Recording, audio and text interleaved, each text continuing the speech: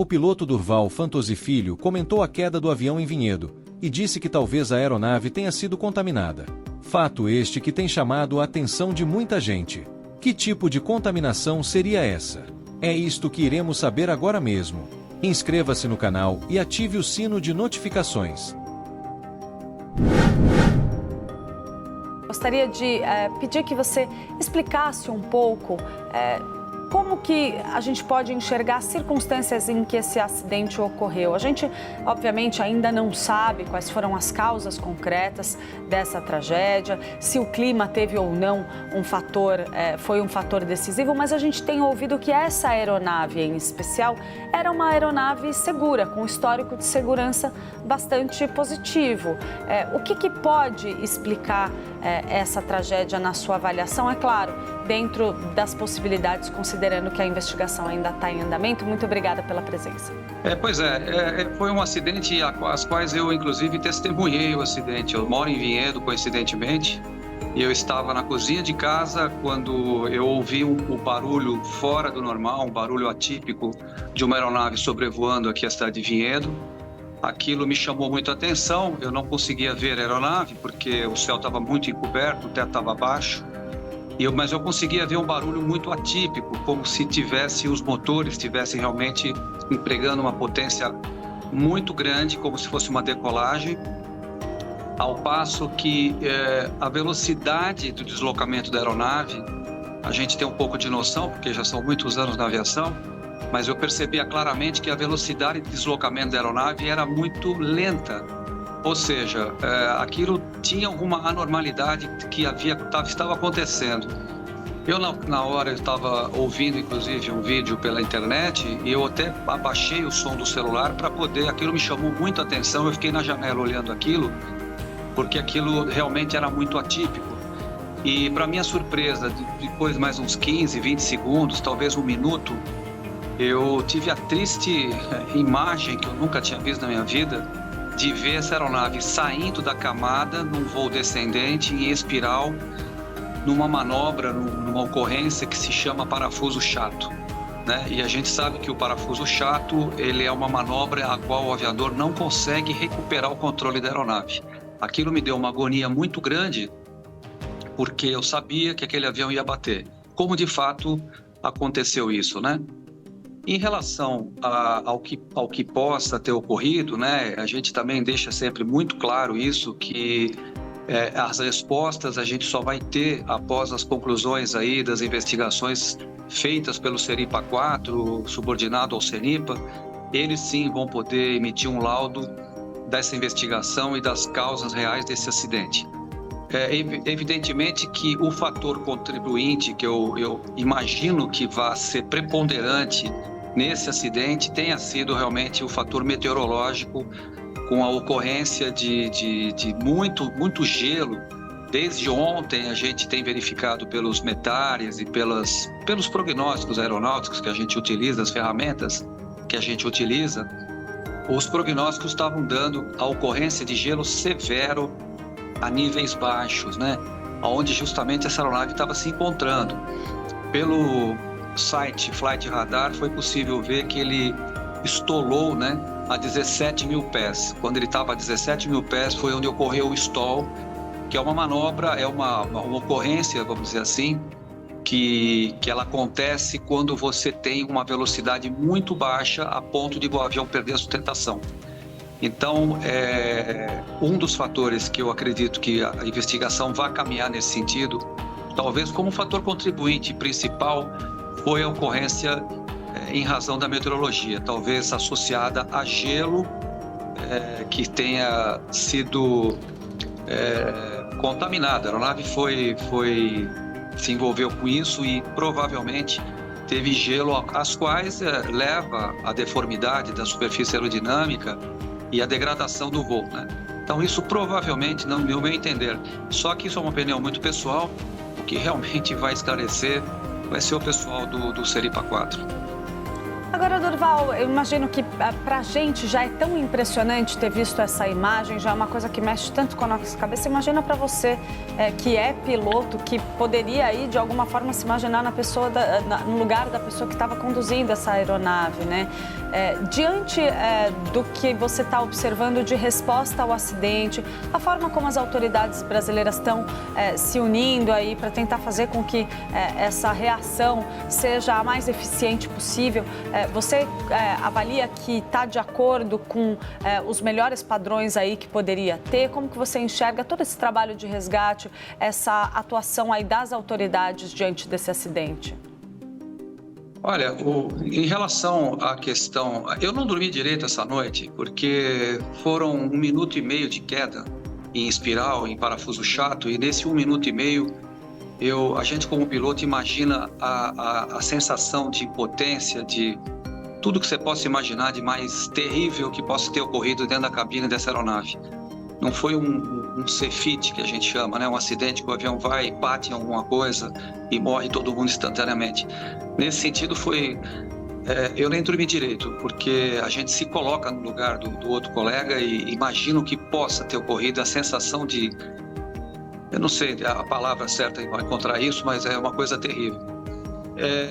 As providências que foram tomadas por parte das autoridades são as melhores possíveis, né? A gente está vendo muita atuação por parte não só das polícias militares, do Corpo de Bombeiros, como do próprio pessoal do CENIPA. Eu tive a iniciativa, assim que eu presenciei, que eu vi esse acidente, eu tenho colegas no CENIPA 4, eu entrei em contato com eles e me coloquei à disposição, inclusive para ajudar nas investigações, testemunhando o que eu ouvi. O piloto fez questão de ressaltar o profissionalismo dos seus colegas, que estão trabalhando arduamente nas investigações. Do CENIPA 4 é um trabalho dos profissionais exemplares. Eu diria que talvez se equiparem aos profissionais da Europa, dos Estados Unidos. Eles são muito técnicos e a gente tem certeza que esse acidente vai ser elucidado, até porque as caixas pretas também foram facilmente encontradas, quer dizer, o cenário da ocorrência do acidente facilitou nesse sentido, né? Vai facilitar a investigação. Então, eu acredito que o trabalho do CENIPA é sensacional, porque eles não têm o objetivo de criminalizar ninguém. Eles querem simplesmente elucidar o que aconteceu, publicar isso para a comunidade aeronáutica, para que a gente possa cada vez mais voar em segurança. Então, para mim, o pessoal são muito profissionais e estão trabalhando, estão de parabéns a todos os envolvidos aí. Passaram, parece que a madrugada toda, trabalhando bastante. E os seus amigos do CENIPA, Durval, eles chegaram a te dar algum relato de como está sendo feito esse trabalho lá, do clima? E principalmente, né, se outras pessoas, assim como você, que tomou a iniciativa de se oferecer para ajudar, como voluntário, para ajudar nesses trabalhos, se outras pessoas também têm feito esse movimento, se eles têm sentido esse apoio e essa disposição de outros pilotos ou outros profissionais da área em colaborar dessa forma? Veja, o trabalho do CENIPA é um trabalho de formiguinha, né? Eles vão construindo esse quebra-cabeças a partir de depoimentos, né? De vários depoimentos. Eu não tive contato mais com eles, eu estou aguardando essa semana se eles entram em contato comigo para poder pedir um testemunho meu, mas é um quebra-cabeça, né? Tem que se montar um quebra-cabeça agora para poder entender a dinâmica desse acidente e esclarecer realmente as causas, né? Então, eu não tive ainda mais, voltei a ter contato com eles, mas acredito que eles já estão muito empenhados em iniciar essa investigação e depois elucidar tudo isso daí para a sociedade. Durval, eu gostaria de trazer aqui o Pedro Venceslau para a nossa conversa, para ele fazer uma pergunta para você. Durval, Okay. Esse foi o 5º pior acidente envolvendo uma aeronave desse tipo, a ATR 72500, que é a aeronave da Voepes. Eu queria que o senhor falasse um pouco sobre esse modelo, porque ele é um modelo que faz rotas domésticas e ele acaba voando mais baixo, né? Porque ele utiliza aeroportos menores. Talvez isso tenha colaborado para o acidente, o fato de ele estar voando mais baixo, deu menos possibilidades de manobra para evitar o que aconteceu? É um avião seguro? Não, é um avião extremamente seguro, né?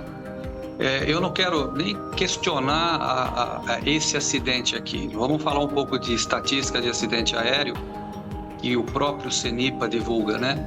E os números são surpreendentes, porque a grande maioria dos acidentes aéreos são causados por fatores operacionais, que é uma conjunção de fatores humanos com fatores de operação, né? Quem opera são os tripulantes. Isso é uma estatística de acidente aéreo, né? Mas em relação a essa aeronave, é uma aeronave extremamente segura, é um avião que já está homologado há muitos anos, não tem nenhuma relação direta, por ser esse tipo de avião, a ocorrência desse acidente. Eu não vejo zero porcentagem de associação com essa aeronave por causa desse acidente. A aeronave no meu intuito, né, no meu ponto de vista, é um avião muito seguro. O fato de ser turbohélice é o perfil, é a característica dessa aeronave. Ele possui todos os equipamentos de segurança, de proteção que as aeronaves maiores e as menores às quais eu vou na aviação executiva, eu vou aviões pequenos, aviões até 8 lugares, 10 lugares. E, portanto, esse avião é um avião acima de qualquer suspeita. Ele é extremamente seguro e a gente está acreditando que provavelmente o fator da meteorologia tenha contribuído com esse acidente. Durval, você comentou que você trabalha na aviação executiva. O fato de ser uma aeronave menor a torna mais sujeita a algum tipo de risco em relação a grandes aviões comerciais? Ou a gente não tem nenhuma relação, o nível de segurança é equivalente? Porque culturalmente, né, fica aquela ideia de um avião pequeno, para quem vai pegar um avião, tem aquele mito, né, de que o fato de ser uma aeronave menor, às vezes que não transmite aquela magnitude de um grande avião comercial, poderia sentir aí um risco maior ou talvez mais suscetível a questões meteorológicas, por exemplo, ou não há influência? Não há influência nenhuma. Todos os equipamentos a bordo que a gente tem num avião pequeno, eles são exatamente os mesmos equipamentos a bordo que tem uma aeronave grande, né? Sistemas de proteção, radar meteorológico, os transponders, os equipamentos de navegação, os GPS, é tudo exatamente igual a uma aeronave de maior porte, né? É como você andar num carro pequeno e andar num ônibus, né? Tem pessoas que se sentem mais confortáveis talvez andando num ônibus, porque é maior, né? Tem aquela falsa sensação de proteção, né? Mas em relação a isso, as aeronaves, elas em geral, sendo homologadas, todas elas oferecem um grau de segurança altíssimo, altíssimo. Eu estou na aviação há muitos anos e a gente pode testemunhar, pode dizer isso com muita propriedade. Então, a questão do tamanho é simplesmente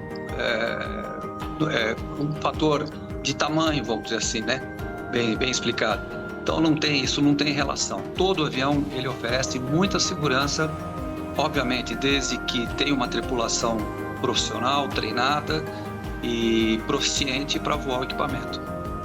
Muito obrigada. Nós conversamos agora com Durval Fantozzi Filho, que é piloto, estava ali próximo do local do acidente, ajuda a gente aqui a entender um pouco as circunstâncias em que essa tragédia ocorreu. Muito obrigada pela presença aqui no Agora CNN, Durval. Ok, um abraço a todos vocês.